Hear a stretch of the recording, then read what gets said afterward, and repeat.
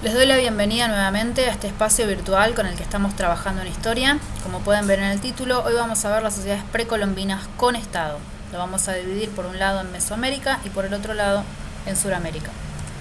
En el caso de Mesoamérica tenemos dos sociedades. Por un lado el Imperio Azteca, como estaba en el mapa, y por el otro lado en la península de Yucatán, el Imperio y las ciudades-estado mayas.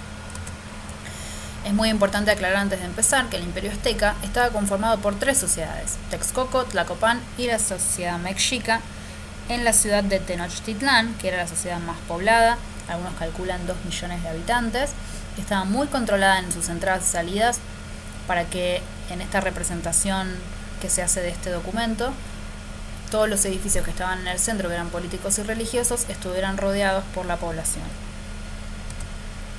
Acuérdense que la producción en regiones pantanosas se hacía con la técnica de chinampas, es decir, con estas especies de balsas de juncos que se les ponía madera encima y luego se cultivaba. En las regiones más selváticas se utilizaba el sistema de rozado, que era talar árboles, prenderlos fuego, con eso conseguir abono y finalmente cultivar. Y en las regiones más montañosas, como podía ser en todo lo que es la cordillera de los Andes, de la cual debe su nombre, se construían estos andenes o escalones en donde se cultivaba. Los productos obtenidos era toda esta lista que se ve en la imagen de productos originarios de América, excepto el ganado, que solamente se consumía productos cárnicos a través de la pesca, como es el caso de como está ahí en la lista de la tortuga.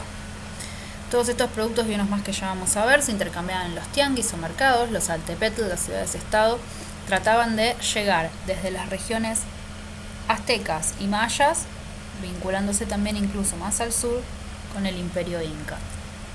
Los productos intercambiados eran artesanías textiles, pieles, plumas, piedras preciosas, objetos suntuarios, como por ejemplo las artesanías con muyu o spondylus, que era un molusco que solo vivía en las costas peruanas, es decir, que el imperio inca las llevaba. Este es en su estado original, luego acá trabajado para hacer productos de consumo simbólico y ceremonial para beber, también productos decorativos e incluso la llama, que sí era ganado pero solamente de Sudamérica, del imperio inca. También artesanías con obsidiana, que es roca volcánica, como vemos el detalle de los artesanos haciendo estas vasijas ceremoniales, puntas de flecha, arcos. Consumo de cebil que se hacía en estas artesanías, que también se intercambiaban, tanto el cebil que crecía solamente en regiones selváticas como las pipas hechas en piedra tallada o, si eran de un sector más bajo, más humilde, en madera. El consumo de pulque, que también era bebida ritual, que se intercambiaba solamente en las regiones en las que crecía esta planta, que es una especie de aloe vera pero muchísimo más grande. Y dependiendo del sector social en el que se encontraran, podían obtener unos productos u otros. El tlatoani, que era el sector social más alto, en lengua originaria significa el que habla, es decir, el que da órdenes, está representado en esta figurilla sentado con todos sus atributos ceremoniales. El pochteka, que era el sector social intermedio, es decir, el comerciante, que se lo ve acá caminando con su mochila, con sus atributos. Y el macehual, que era el campesino, con ropas mucho más humildes, que era el que trabajaba. A su vez estaban también los esclavos, como se ve en esta imagen, totalmente sometido. Cuando la sociedad mexica, luego el imperio azteca o también la sociedad maya conquistaban a una población, los obligaban a pagar tributo, como se ve en este documento original. Podían mantener algunas tradiciones, incluso sus dioses, pero por encima estaban los objetos que tenían que tributar, como pieles, productos agrícolas, etc. Estas sociedades provenían a su vez de una sociedad estatal madre, que es la tolteca, de la cual no se tienen muchos registros, pero sí se sabe que creían que el mundo se había creado 5 veces y que el dios creador principal era la serpiente emplumada Quetzalcóatl. En el caso de los mayas, creían que el mundo se había creado 3 veces, 2 creaciones imperfectas del hombre y la perfecta hecha de maíz, mientras que el mito mexica indica que el mundo se creó 4 veces, y en la última creación el dios Quetzalcóatl les indicó que cuando encontraran la tierra en donde un águila se pose sobre una flor de nopal con una serpiente en su pico, bueno, esa sería la tierra indicada, que si se fijan es el símbolo actual de la bandera de México, de la cual debe su nombre y su símbolo también. Lo que es muy importante destacar de las sociedades de Mesoamérica es que realizaban sacrificios humanos, principalmente los esclavos, para poder estar en contacto con los dioses y que los proveyeran de todos los pedidos que le hacían a nivel de cultivo, a nivel agrícola.